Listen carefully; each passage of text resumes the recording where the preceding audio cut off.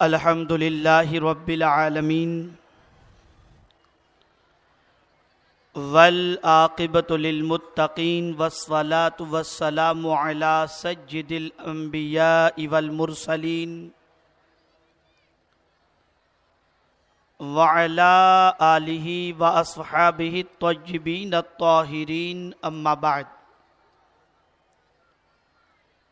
فاعوذ باللہ من الشیطان الرجیم بسم اللہ الرحمن الرحیم یا بنی آدم قد انزلنا علیکم لباسا یواری سوآتکم وریشا ولباس التقوی ذالک خیر صدق اللہ العظیم۔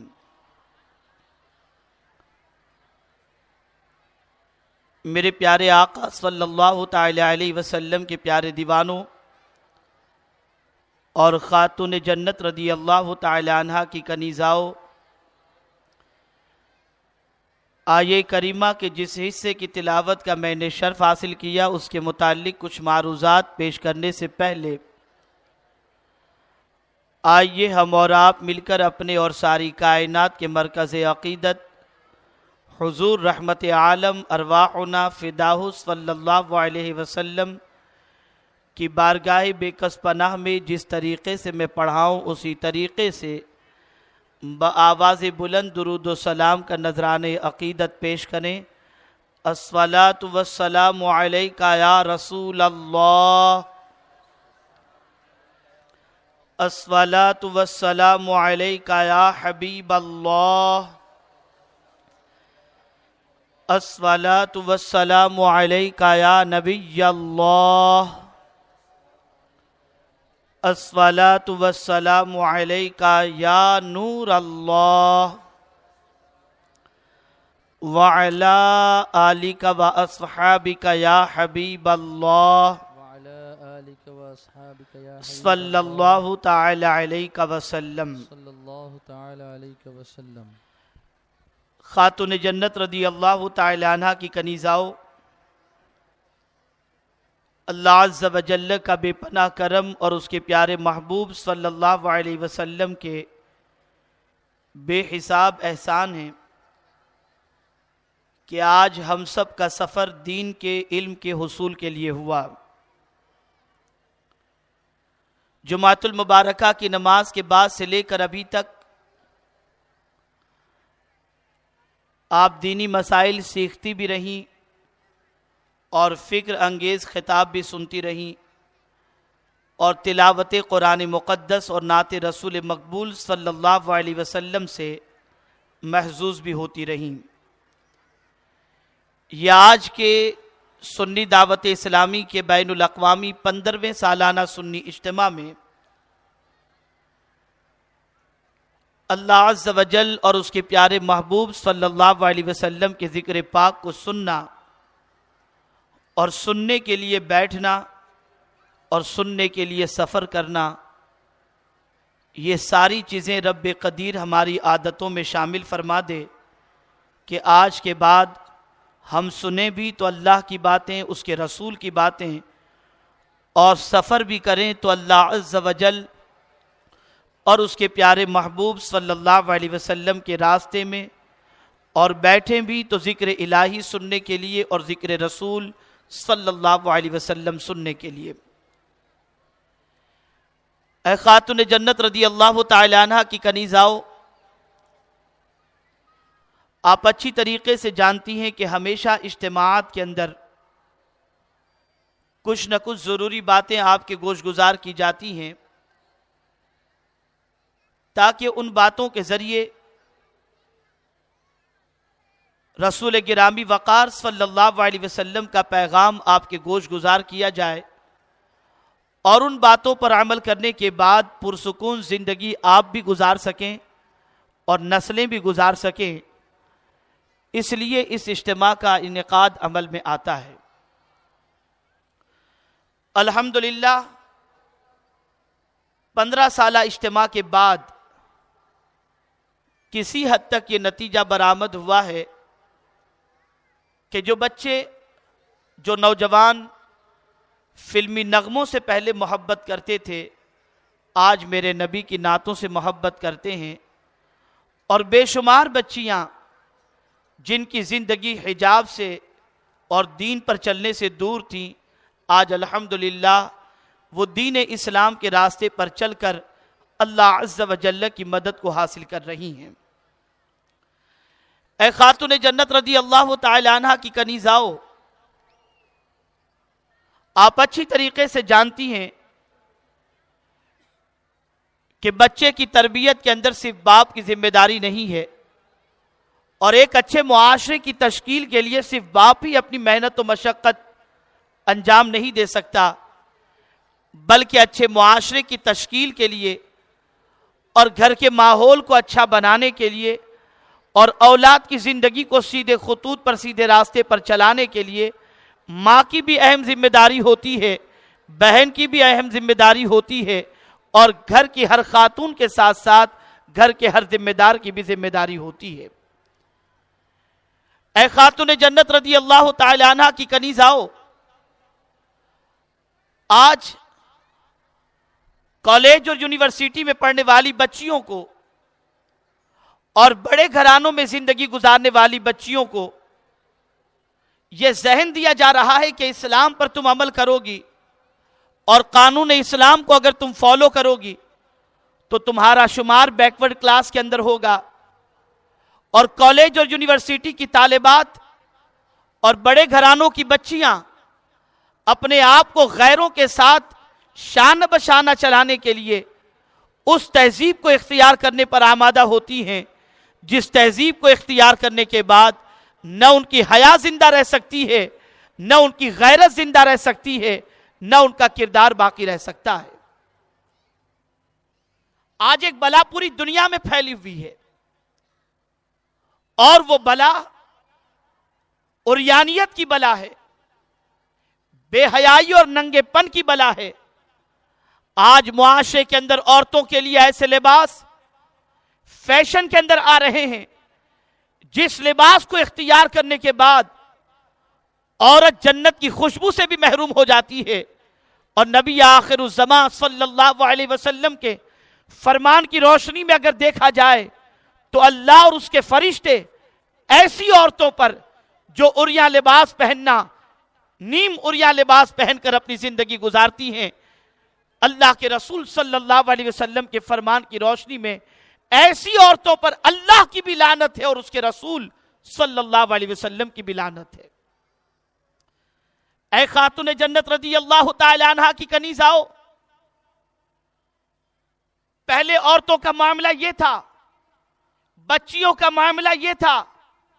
کہ کسی عالم دین یا دیندار کو دیکھتی تو سر پر دوپٹہ تو کم از کم رکھ لیتی تھی، لیکن ماحول آہستہ آہستہ بگڑ چکا، معاشرہ آہستہ آہستہ ننگے پن کی طرف بڑھتا گیا، اور فلمی اور مختلف قسم کے سیریلز کو دیکھنے کے بعد آج ہماری قوم کی بچیوں کا مزاج یہ بنتا جا رہا ہے کہ دوپٹہ پہلے مفلر کی شکل اختیار کیا، اب وہ مفلر بھی غائب ہو چکا، کرتے پہلے لمبے ہوا کرتے تھے، آج وہ بھی غائب ہو چکے، اور اب کیفیت یہ بن چکی ہے کہ ایسا محسوس ہوتا ہے کہ راستہ چلا جائے تو کیسے چلا جائے، شادی کی تقاریب میں شرکت کی جائے تو کیسے کی جائے۔ اے خاتون جنت رضی اللہ تعالی عنہ کی کنیزاؤ، آؤ میں قرآن مقدس کی روشنی کے اندر لباس کی اہمیت آپ کے سامنے پیش کروں تاکہ آپ اچھی طرح سمجھ سکیں کہ اللہ کے نزدیک لباس کی کیا اہمیت ہے اور لباس کا کیا مقصد ہے۔ جس طریقے سے پروردگار جل جلالہ نے قرآن مقدس نازل فرمایا، جس طریقے سے پروردگار جل جلالہ آسمان سے بارش کو نازل فرماتا ہے، قرآن انسان کی ہدایت کے لیے ہے، اور آسمان سے نازل ہونے والا پانی انسان کی زندگی کے لیے ہے، اور اس میں اللہ نے برکت رکھی ہے۔ بالکل اسی طریقے سے پروردگار ارشاد فرماتا ہے، یا بنی آدم قد انزلنا علیکم لباسا یواری سوآتکم وریشا ولباس التقوی ذالک خیر۔ میرا پروردگار ارشاد فرماتا ہے، اے بنی آدم، ہم نے لباس کو نازل کیا۔ کیوں نازل کیا؟ لباس کے نازل کرنے کے مقصد کو پروردگار نے بیان فرمایا، یواری سوآتکم وریشا، اس لیے نازل کیا تاکہ تم اپنے آپ کو چھپا سکو، ستر پوشی کرو اور لباس کے ذریعے تم زینت حاصل کرو۔ جس طریقے سے ایک انسان کو زندگی گزارنے کے لیے غذا کی ضرورت ہے، ویسے ہی اپنے ستر پوشی کے لیے لباس کی بھی ضرورت ہے۔ لیکن مفسرین کرام فرماتے ہیں کہ غذا سے بھی زیادہ لباس کی ضرورت ہے، کہ آدمی کے جسم سے جب روح نکلتی ہے تو غذا کی ضرورت ختم ہو جاتی ہے، لیکن مر جانے کے بعد اسے لباس کی ضرورت ہوتی ہے اور کفن پہنا کر اسے قبر میں اتارا جاتا ہے۔ اس سے آپ اندازہ لگا سکتے ہیں کہ لباس ستر پوشی کے فرائض انجام دیتا ہے، اور قرآن نے لباس کے نازل کرنے کے مقصد کو بھی بیان فرمایا کہ یہ لباس اس لیے نازل کیا گیا تاکہ تم اس سے اپنے ستر کو چھپاؤ، ستر پوشی کرو۔ اے خاتون جنت رضی اللہ تعالی عنہ کی کنیزاؤ، ستر کیا ہے اور کس چیز کا چھپانا عورتوں کے لیے ضروری ہے اور کتنا مردوں کے لیے ضروری ہے، اسے اچھی طرح سے ذہن میں محفوظ کر لو۔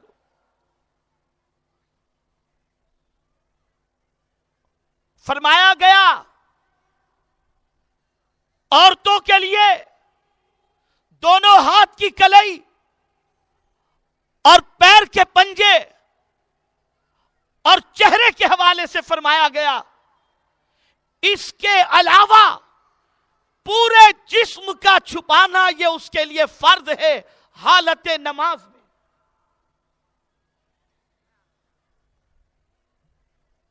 اور نماز کے علاوہ عورت کے لیے ضروری ہے کہ وہ اپنے وجود کو اس طریقے سے ڈھانپے رکھے کہ نہ اس کے چہرے پر کسی کی نظر پڑے اور نہ اس کے بالوں پر کسی کی نظر پڑے، وہ مکمل طور پر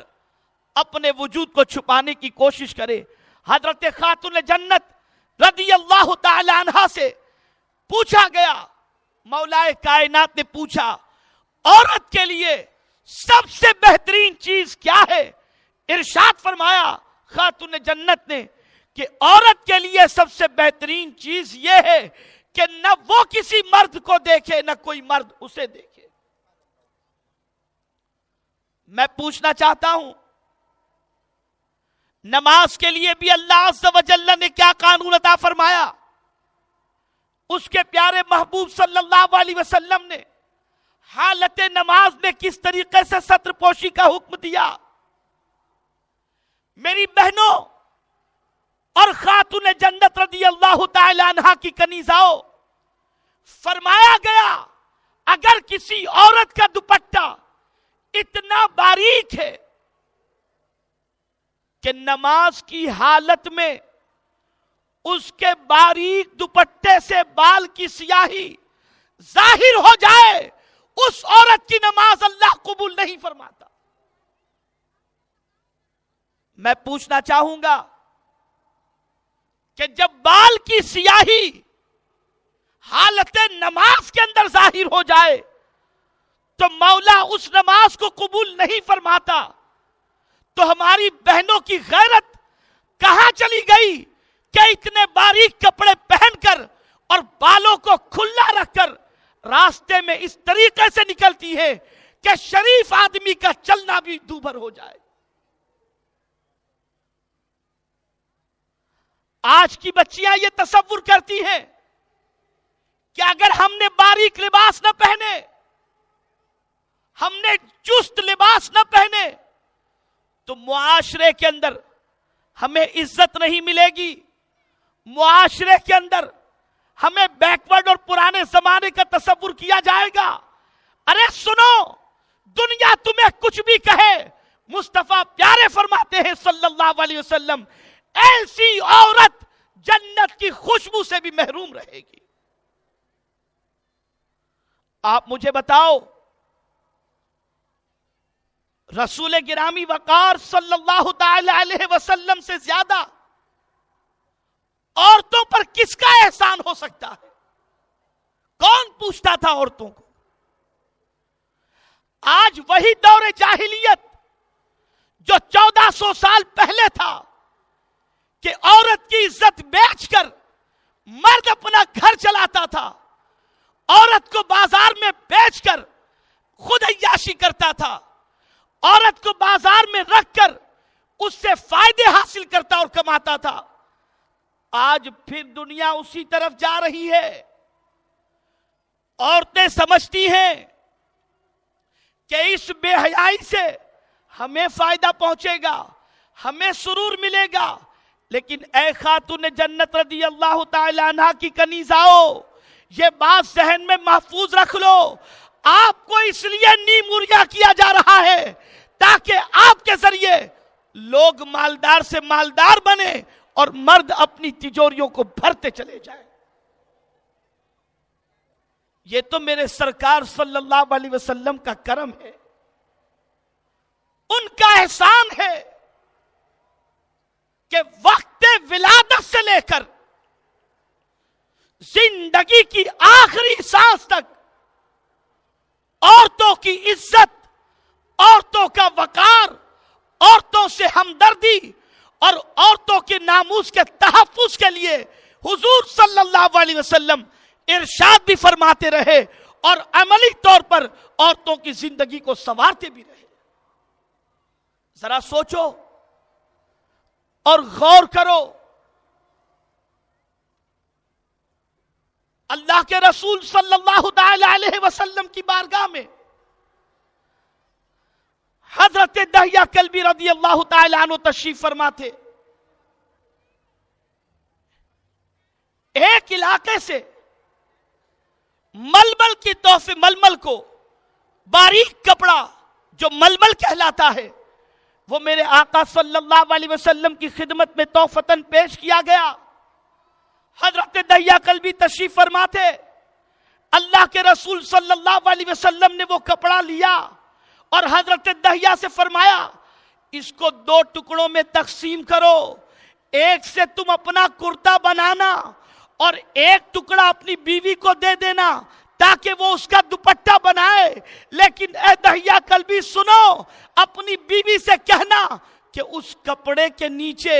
ایک موٹا کپڑا بھی لے لے تاکہ اس دوپٹے کی باریکی سے اس کا جسم چھلکے نہیں۔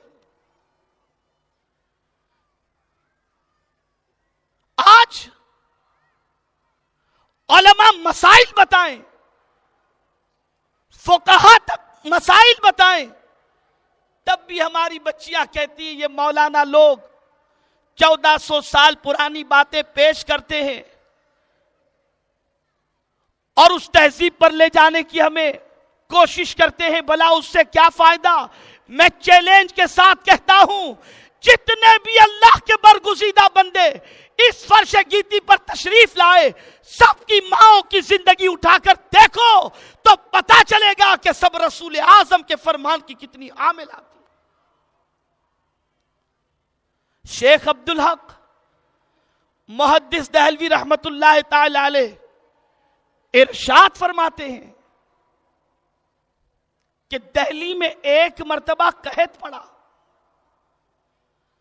اور قحط کی وجہ سے لوگ پریشان تھے، میدان کی طرف بڑھے کہ دعائیں کریں، جانور بھی ساتھ میں، بچے بھی ساتھ میں، اور سب جا کر بارگاہ سمدیت کے اندر دعا کر رہے تھے، لیکن باب اجابت سے دعا نہیں ٹکراتی۔ فاصلے پر ایک شخص کو دیکھا گیا جو اپنی ماں کو کاندھے پر اٹھا کر جا رہا تھا۔ اس نے بھیڑ دیکھی، دعا کرتے لوگوں کو دیکھا تو قریب میں ایک اونٹ موجود تھا، صاحب اونٹ سے اجازت طلب کی گئی، اسے ہٹا کر اس کی جگہ پر اس کی ماں کو انہوں نے بٹھایا۔ ماں نے کہا جاؤ بیٹے، یہ لوگ کیوں رو رہے ہیں، ذرا جا کر ان سے پوچھو تو صحیح۔ نوجوان آیا، آنے کے بعد سب سے پوچھتا ہے بتاؤ کیوں رو رہے ہو؟ سب نے کہا بارش کی وجہ سے، کہ بارش نہیں ہو رہی، قحط کی وجہ سے رو رہے ہیں، باران رحمت نہیں نازل ہو رہی ہے، اس لیے رو رو کر دعائیں کر رہے ہیں، لیکن ہماری دعائیں قبول نہیں ہوتی۔ یہ سننے کے بعد وہ نوجوان وہاں سے چلا، اور جانے کے بعد اپنی ماں کے قریب کھڑا رہا، ماں کا دوپٹہ پکڑا اور بارگاہ سمدیت میں دعا کی، اے اللہ میں نے اس عورت کے دوپٹے کو پکڑا ہے جس کی پاک دامنی کی میں گواہی دیتا ہوں کہ کبھی اس کے جسم کو کسی غیر محرم نے نہیں دیکھا، اے اللہ اس کے صدقے میں بارش نازل فرما۔ ابھی تھوڑی دیر گزری تھی کہ آسمان پر بادل چھا گیا، بارش شروع ہو گئی۔ لوگوں نے کہا اے نوجوان تم کون ہو اور کیا دعا تم نے کی؟ نوجوان نے بتایا اس میں میرا کوئی کمال نہیں، یہ میری ماں کی پاک دامنی کا سبب ہے کہ اللہ نے قحط دور کر دیا اور بارش کو نازل فرمایا۔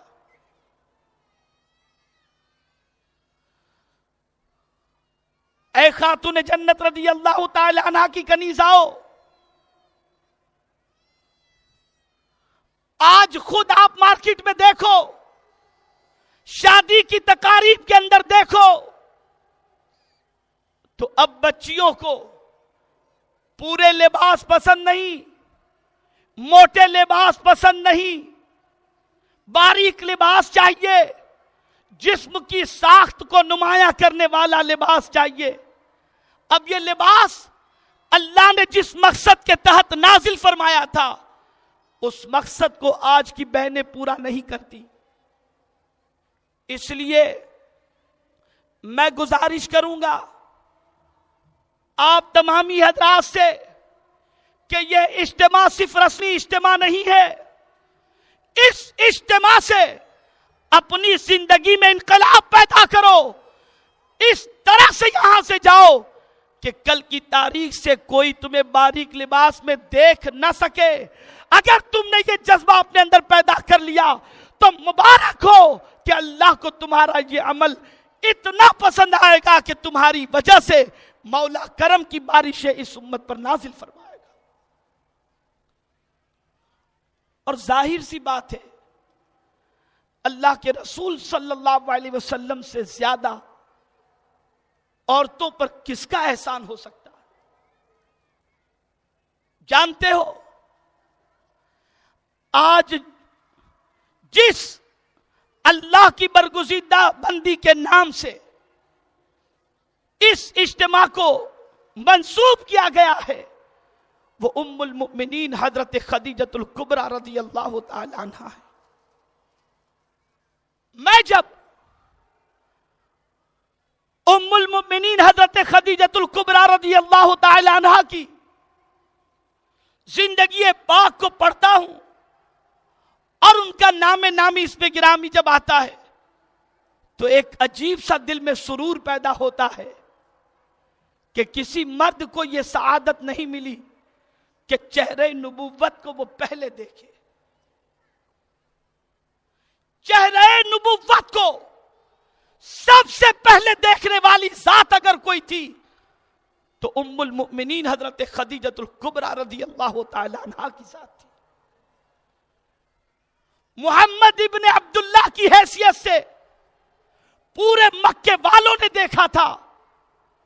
لیکن جب رسول اعظم صلی اللہ علیہ وسلم نے اعلان نبوت فرمایا تو سب سے پہلے جس کے سامنے حضور نے اعلان نبوت فرمایا اور جس نے سرکار کے اعلان پر لبیک کہا،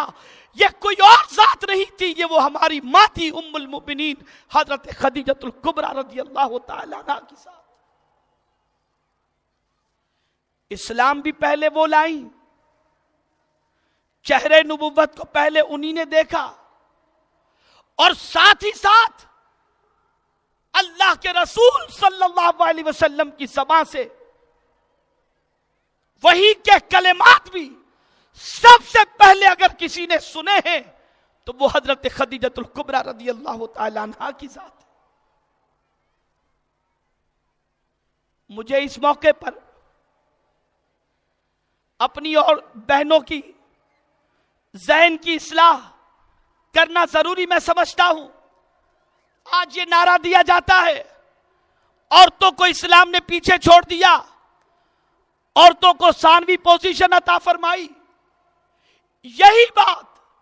حضرت رابعہ عدویہ سے کسی نے کہی تھی، اور کہنے والے نے کہا تھا مائی عورت ناقص العقل ہوتی ہے، اور یہی وجہ ہے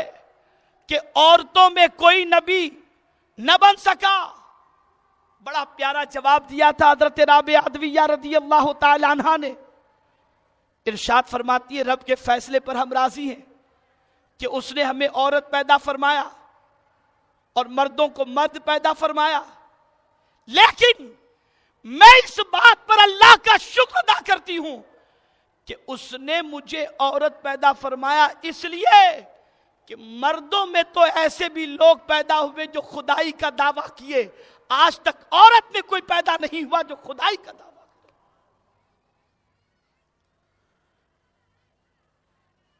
اے خاتون جنت رضی اللہ تعالی عنہ کی کنیزاؤ، اس طریقے سے حضرت رابعہ عدویہ رضی اللہ تعالی عنہ نے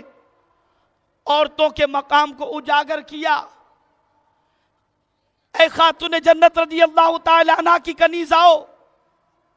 رسول گرامی وقار صلی اللہ تعالی علیہ وسلم نے لباس کے حوالے سے کیا فرمایا، اور قرآن مقدس میں رب قدیر نے لباس کے حوالے سے کیا فرمایا؟ اللہ عز و جل ارشاد فرماتا ہے یا بنی آدم قد انزلنا علیکم لباسا یواری سوآتکم وریشا، اے بنی آدم ہم نے لباس نازل کیا تاکہ تو اس سے ستر چھپا، تاکہ تم اس سے ستر چھپاؤ اور اس سے زینت حاصل کرو۔ زینت کے لیے اور ستر پوشی کے لیے لباس کو اللہ نے نازل فرمایا۔ مفسرین کرام ارشاد فرماتے ہیں کہ ایک لباس تو وہ ہے جس سے ستر پوشی کی جائے، اور ایک لباس وہ ہے جس سے زینت حاصل کی جائے۔ فرمایا گیا تم اچھے لباس پہن سکتی ہو، مرد بھی اچھے لباس پہن سکتے ہیں زینت کے لیے، عورتیں بھی اچھا لباس پہن سکتی ہیں زینت کے لیے، اور اس کو مستحب قرار دیا گیا۔ اور یہ بھی فرمایا گیا اگر کسی کو اللہ نے مال کثیر عطا فرمایا تو اس کو چاہیے کہ وہ اچھے لباس پہنے، اور اس اچھے لباس کے ذریعے رب قدیر جل جلالہ کا شکر اور اس کی نعمتوں کا اظہار کرے کہ رب نے کرم فرمایا ہے کہ ہمیں اتنا نوازا ہے کہ ہم اچھے کپڑے پہن سکتے ہیں۔ لیکن یہاں ایک اور بات بھی فرمائی گئی، اور وہ یہ ہے کہ اگر کوئی عورت یا مرد اچھے اور قیمتی لباس اس نیت سے پہنے کہ دوسروں پر اسے فوقیت حاصل ہو، اس نیت سے اچھے کپڑے پہنے کہ وہ محفل میں سب سے بہتر نظر آئے اور دوسرے اس سے کمتر، یا اچھے لباس اس لیے پہنے کہ وہ بڑا محسوس ہو، تکبر اس کو ظاہر کرنا مقصود ہو، تو فرمایا گیا ایسے مرد اور عورت کو جو دوسروں پر بڑائی کے لیے اچھے کپڑے پہنے، قیامت میں انہیں جہنم کا لباس پہنایا جائے۔ میں اپنی بہنوں سے پوچھنا چاہوں گا کہ کیا معاشرے کے اندر یہ بیماری نہیں ہے؟ اسلام نے اچھے کپڑے پہننے سے منع نہیں فرمایا، لیکن اسلام نے قانون عطا فرمایا، پابندی لگا دی، اللہ کی نعمت کے اظہار کے لیے اچھے کپڑے پہننا جائز ہے، لیکن کسی کو گرانے کے لیے اچھے کپڑے پہنو گے تو جہنم میں ڈالے جاؤ گے۔ یہاں مولائے کائنات رضی اللہ تعالیٰ عنہ کا ایک عمل مجھے یاد آ رہا ہے اور ارشاد یاد آ رہا ہے۔ مولائے کائنات رضی اللہ تعالیٰ عنہ ارشاد فرماتے ہیں، اگر کوئی شخص نیا لباس پہنے اور پرانا لباس کسی کو دے دے، مستحق کوئی ہو اسے دے، دوست احباب میں سے کوئی ہو اسے عطا فرما دے، اور نئے لباس کو پہنتے وقت یہ دعا پڑھ لے، الحمدللہ الذی کسانی ما بہ عورتی واتجمل بہ فی حیاتی۔ اے خاتون جنت رضی اللہ تعالی عنہ کی کنیزاؤ سنو آگے کیا ارشاد فرماتے ہیں۔ پرانا لباس کسی کو دے دے، نیا لباس پہن کر یہ دعا پڑھ لے، مولائے کائنات فرماتے اللہ اسے جنت کا لباس عطا فرمائے۔ یہاں سے یہ بات سمجھ میں آئی کہ لباس پہنتے وقت بھی اللہ کا شکر ادا کرو کہ اس نے تن ڈھانپنے کے لیے تمہیں کپڑا عطا فرمایا۔ آج لباس تن ڈھانپنے کے لیے نہیں، ہزاروں روپے کا لباس بنوایا جاتا ہے تن کی نمائش کے لیے، تن کو ظاہر کرنے کے لیے۔ ارے سرکار مدینہ صلی اللہ تعالی علیہ وسلم نے تو یہاں تک فرمایا کہ کسی میت کو جب کفن پہنایا جائے تو اس کا سطر نہ کھلے، اس کا خیال رکھا جائے، اور سطر پر جس کا چھپانا ضروری ہے، نہ مرد کے سطر کو دیکھے اور نہ عورت کی چھپانے کی چیز کو دیکھے۔ ارے جب مر جانے کے بعد بھی سطر پوشی کا اتنا شدید حکم ہے تو یہ آج کی بچیوں کو کیا ہو گیا کہ ہزاروں روپے خرچ کر کے اپنی سطر پوشی کی بجائے اپنے جسم کی نمائش کرتی ہے؟ کیا اللہ کا ڈر دل سے نکل گیا؟ اور ان ماں باپ کے ضمیر پر ملامت کرنے کو جی چاہتا ہے جو اپنی بچیوں کو خود جینس پہنا کر، ٹی شرٹ پہنا کر، ننگے پن کا مظاہرہ کرنے کے لیے اپنے ساتھ لے کر پارکوں میں گھومتے۔ آج کے اس اجتماع میں میں اپنی بہنوں سے گزارش کروں گا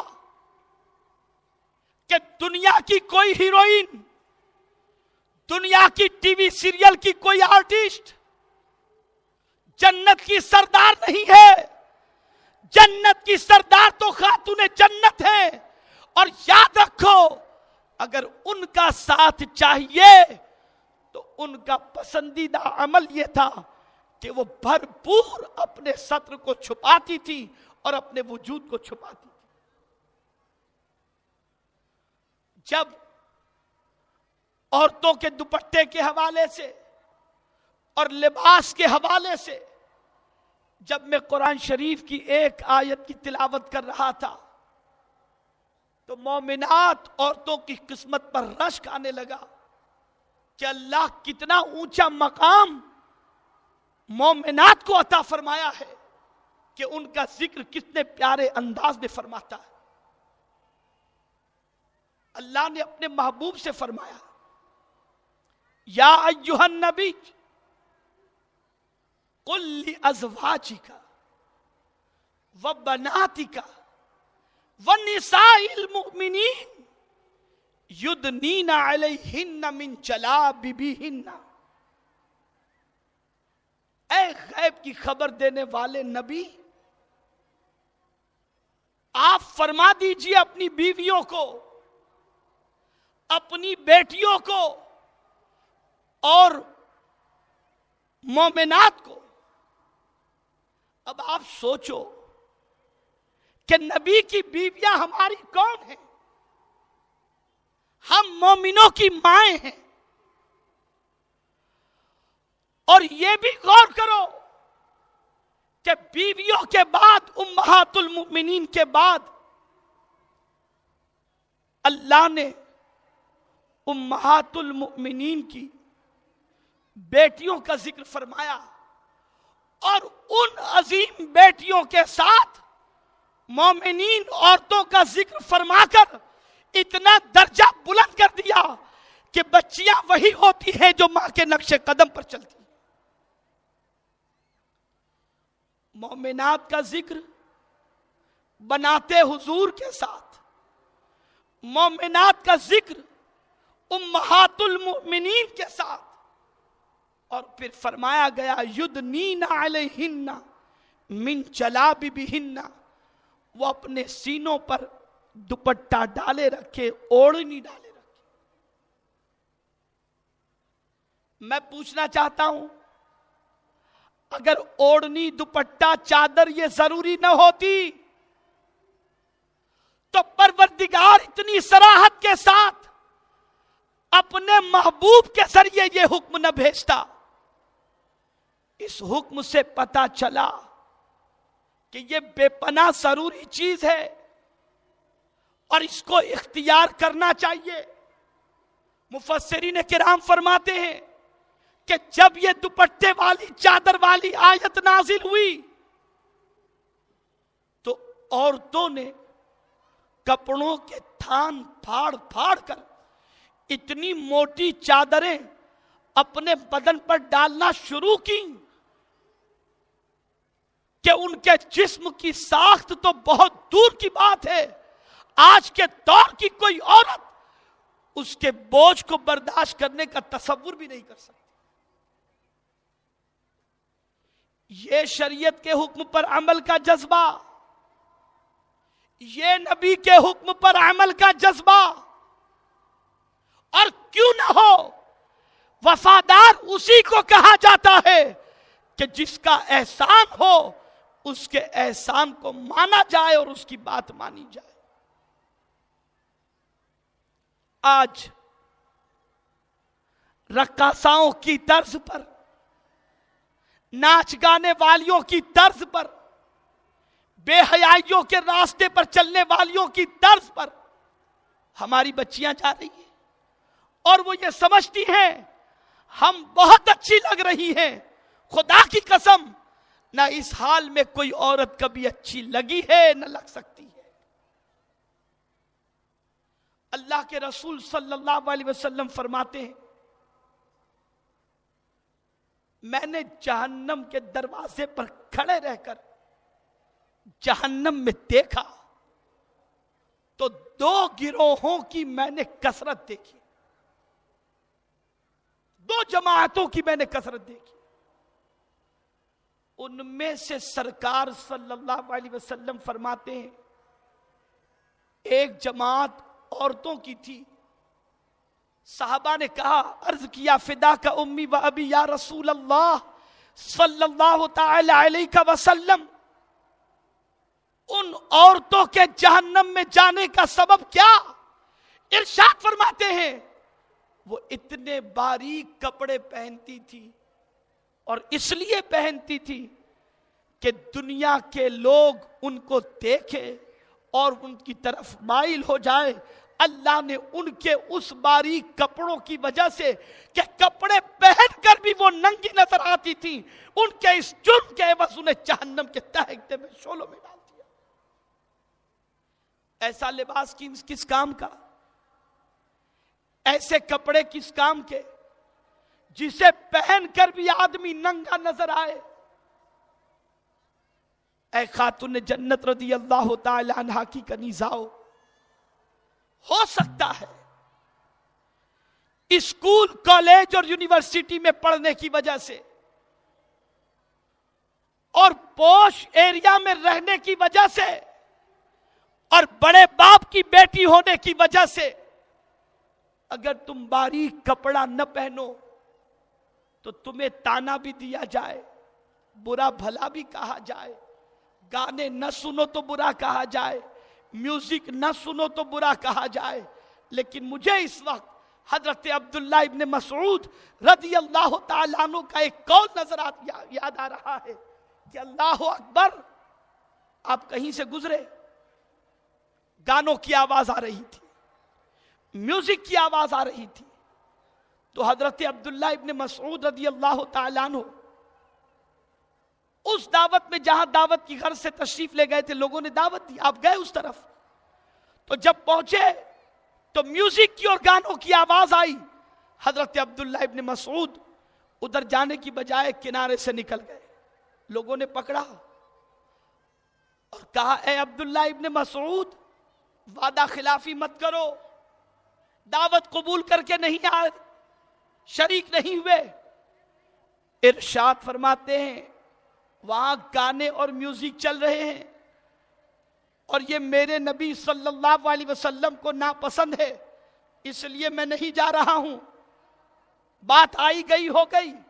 ایک صحابی پہنچے بارگاہ رسول صلی اللہ علیہ وسلم میں، عرض کرتے فداک امی و ابی یا رسول اللہ صلی اللہ تعالی علیہ وسلم، عبداللہ ابن مسعود نے وعدہ کیا تھا شادی میں شرکت کے لیے، لیکن جب وہ آئے دروازے ہی سے چلے گئے، شریک نہیں ہوئے۔ سرکار نے فرمایا وجہ کیا؟ عرض کرتے حضور گانے کی آواز آ رہی تھی، اس لیے وہاں سے نکل گئے۔ قربان جائیے، میرے آقا صلی اللہ علیہ وسلم کے جواب پر ارشاد فرماتے ہیں سنو، عبداللہ ابن مسعود نہایت ہی شریف آدمی ہے، پتہ یہ چلا کہ دنیا تمہیں برا کہے تم اس کی پرواہ مت کرو، نبی کی بات کو مانو گے تو نبی کی طرف سے شرافت کا مزدہ تمہیں عطا کیا جائے۔ آج پہلے دوپٹہ اڑوایا گیا، اب اس کے بعد قمیض شارٹ کروائی گئی، اب باریک کپڑوں پر لایا گیا۔ اب ڈر لگتا ہے کہ کہیں ایسا نہ ہو کہ مغربی ممالک کی عیاشیوں سے بھرپور تہذیب مسلم معاشرے میں داخل نہ ہو جائے اور اس کے بعد غیرت کا جنازہ نہ نکل جائے۔ لیکن مجھے پورا یقین ہے، مجھے پورا اطمینان ہے کہ جس طریقے سے آج آپ نے ڈسپلین کا مظاہرہ کیا اور نبی کی محبت میں وارفتگی کے ساتھ آپ اس اجتماع میں حاضر ہوئی، انشاءاللہ آج کے بعد ہماری ہر بہن، ہر بچی یہ کوشش کرے گی کہ وہ باریک کپڑے نہیں پہنے گی، سر کو صحیح طور پر ڈھانکے گی۔ میں یقین کے ساتھ کہتا ہوں یہ عزم مصمم کر لیا گیا، اسلام کا حسین چہرہ دنیا کے سامنے بے نقاب ہو جائے گا۔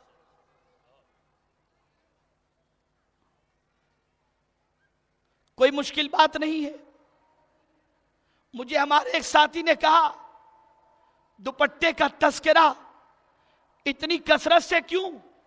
میں نے کہا اس کا حکم بھی اتنا سخت ہے کہ اللہ عز و جل نے اپنے نبی کے ذریعے نبی کی ازواج، نبی کی بنات اور مومنات کو اللہ نے اپنے نبی کے ذریعے یہ حکم دیا کہ آپ فرما دو، پہلے دوپٹہ اترتا ہے اور اس کے بعد قمیض چھوٹے ہوتے ہیں، اگر دوپٹہ سلامت ہے تو سب کچھ سلامت رہ جاتا ہے، اور دوپٹہ گلے میں رکھنے کے لیے نہیں ہے۔ قرآن میں فرمایا گیا یدنین علیہن من جلابیبہن، اس لیے آج کے اس روح پرور سنی اجتماع میں میں اپنی جملہ خواتین اسلام سے گزارش کرتا ہوں کہ یہ پیغام سینے کے اندر بٹھا کر اٹھیں کہ آج کے بعد باریک لباس کبھی بھی نہیں پہنیں گی، جو ہے اسے پھاڑ ڈالو، نئے کپڑے لے لو۔ میں یقین کے ساتھ کہتا ہوں میرا کریم اس کا نعم البدل آپ کو ضرور عطا کرے گا۔ اور یہ جذبہ اگر نہیں ہے، کسی کی خوشی مقصود ہے، کسی کی نظر میں آ جانا اگر مقصود ہے، تو انتظار کرو اس دن کا جب خدا کی بارگاہ میں حاضری ہوگی اور دوپٹے اور پردے کی پابند عورتیں جنت کی طرف جا رہی ہوں گی، اور حضور کے فرمان کے مطابق کپڑے پہن کر بھی ننگی دکھنے والی عورتیں، انہیں جنت کی خوشبو بھی نہیں ملے گی۔ اس وقت کوئی عورت بچانے نہیں آئے گی۔ یہ تو میرے سرکار کا احسان ہے کہ سرکار نے پہلے ہی بتا دیا کہ کس عمل سے جنت ملے گی اور کس بے عملی سے جنت کی خوشبو بھی نہیں ملے گی۔ تو یہ عہد کر کے اٹھنا ہے، اور مجھے یقین ہے، پورا یقین ہے کہ انشاءاللہ کسی کی کرٹیسائز کو اور کسی کے تانے کو اس کی پرواہ کیے بغیر صرف یہی دیکھتے ہوئے عمل کریں گی کہ فرمان جب نبی کا ہے ہم دل و جان سے اس پر عمل کرنے کے لیے تیار۔ میں بتاؤں آپ کو کہ کس کس طریقے سے صحابیات نے عمل کیا۔ حضرت سمیہ رضی اللہ تعالی عنہ، اسلام جب انہوں نے قبول کیا، بڑی دشواریوں کا سامنا ہوا۔ جب کہیں سے نکلتی تانا دیا جاتا، فقرے کسے جاتے۔ ایک مرتبہ مکے کی گلی میں ابو جہل کھڑا تھا اور اس نے حضرت سمیہ کو دیکھا، برا بھلا کہنا شروع کیا، ڈانٹ ڈپٹ شروع کر دی، سمیہ اسلام چھوڑ دو ورنہ تمہیں تہہ کیا جائے گا۔ حضرت سمیہ نے برجستہ جواب دیا، جان تو دے سکتی ہوں، نبی کا دامن نہیں چھوڑ سکتی۔ ابو جہل نے سنا جلال میں آیا، ایک زوردار برچھی ماری اور حضرت سمیہ رضی اللہ تعالی عنہ خاک و خون میں یہ کہتے ہوئے تڑپنے لگی، مولا تیرا کرم ہے کہ جان بھی تو نے اپنی راہ میں قبول فرما لی۔ اور یہ کہتے ہوئے اپنی جان جانے آفری کے سپرد کر دی، اور دنیا کی ہر خاتون کو یہ سبق دے دیا کہ نبی کی بات پر اور نبی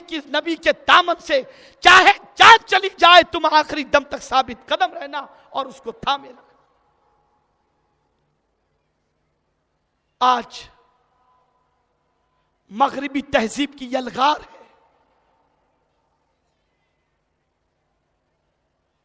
بے حیائیاں اور برائیاں، جیسا کہ حضور مفکر اسلام نے فرمایا شبستانوں تک پہنچ چکی۔ آنے والے دن کیا پوزیشن ہوگی، کیسا معاشرہ ہوگا، کیسا ماحول ہوگا، نہیں جانتے۔ لہذا آج کے اس اجتماع کے اندر پہلی چیز لباس زینت اور لباس جو ستر عورت کے لیے ضروری ہے اس کے اہتمام کا مکمل ارادہ کرو۔ دوسری بات، لباس اتنا چست بھی پورا نہ پہنو، کوئی قمیص پہنے، شلوار پہنی، لیکن وہ اتنا چست ہے کہ جسم کی ساخت نمایاں ہو۔ سرکار نے ایسے لباس سے بھی منع فرمایا۔ لباس پہنو، ڈھیلا ڈھالا پہنو تاکہ جسم کی ساخت نمایاں نہ ہو سکے۔ تو آج کی گفتگو میں پہلی بات لباس کے حوالے سے، اور دوسری بات،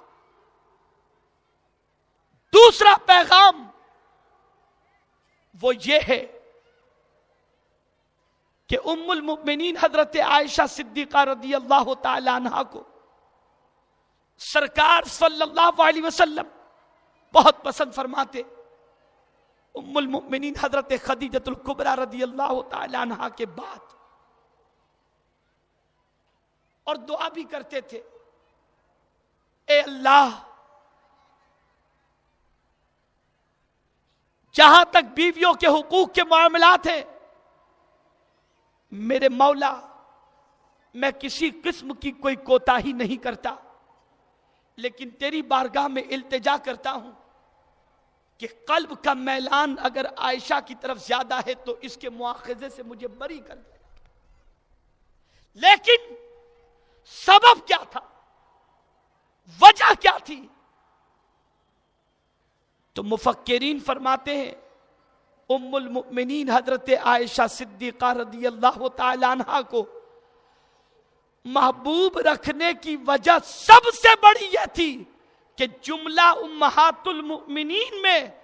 تعلیم کا جو معاملہ تھا وہ ام المؤمنین کے پاس سب سے زیادہ تھا. یہاں بہت ساری ہماری بہنیں موجود ہیں,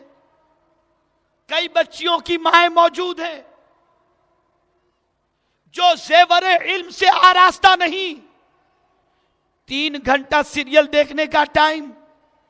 مووی دیکھنے کا ٹائم, خرافات سے بھری تقریب میں جانے کا ٹائم ہے, علم حاصل کرنے کا ٹائم نہیں. کیا شادی شدہ ہو جانے کے بعد, بچوں کی ماں بننے کے بعد علم حاصل نہیں کر سکتے؟ اگر یہ ممکن نہ ہوتا تو ام المؤمنین حضرت حفصہ رضی اللہ تعالی عنہا کے لیے سرکار کبھی پڑھانے والی نہ رکھتے. سرکار نے خود انتظام کیا تھا غالباً حضرت زنیرہ رضی اللہ تعالی عنہا کا, اور ارشاد فرمایا تھا تم روزانہ آیا کرو اور حفصہ کو کچھ پڑھایا. یہاں سے یہ پتا چلا کہ عورتوں کو چاہیے کہ 2 چیزوں میں محنت کریں, ایک علم کے اندر اور ایک حیا کے اندر. علم اور حیا یہ دونوں چیزیں عورتوں کے پاس آ گئی تو مستقبل میں آنے والی نسل انشاءاللہ العظیم نبی کے وفاداروں کی نسل ہوگی. آج آنے والے دور کو دیکھتے ہوئے ہم یہ کہہ سکتے ہیں کہ بہت ساری بچیاں صرف اس لیے رشتے سے محروم رہیں گی, اللہ نہ کرے کہ تعلیمی معاملے کے اندر وہ پسماندگی کی شکار ہوں گی. اس لیے تعلیم کی طرف آگے بڑھاؤ, لیکن وہ تعلیم نہیں جو حیا چھین لے, غیرت چھین لے. مقدم حیا ہے, مقدم غیرت ہے. حیا اور غیرت کے دائرے میں رہتے ہوئے بچیوں کو جہاں تک علم حاصل کرنا ہو مکمل پردے کے ساتھ ان کے علم کا اہتمام کیا جائے. اور آخری بات بطور خاص میں جتنی بھی حاضرات ہیں ان کے گوش گزار کرنا چاہوں گا کہ کوشش کرو رات اٹھ کر کے تہجد کی نماز ادا کرنے کی.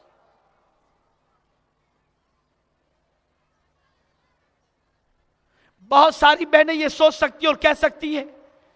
یہاں 5 وقت کی نہیں پڑھتے اور آپ تہجد کا اعلان کر رہے ہو. میں یقین کے ساتھ کہتا ہوں شب کی تاریکی میں اٹھ کر جب تہجد کے لیے آپ وضو کر کے بارگاہ سمدیت میں سجدہ کریں گی تو اس سجدے کا ذوق اور اس سجدے کی لذت آپ کو 5 وقت اللہ کی بارگاہ میں جھکانے کے لیے مجبور کر دے.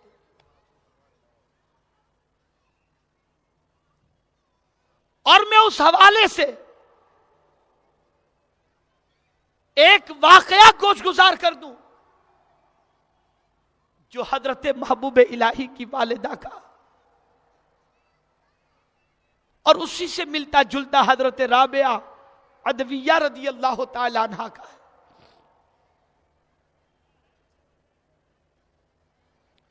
محبوب الہی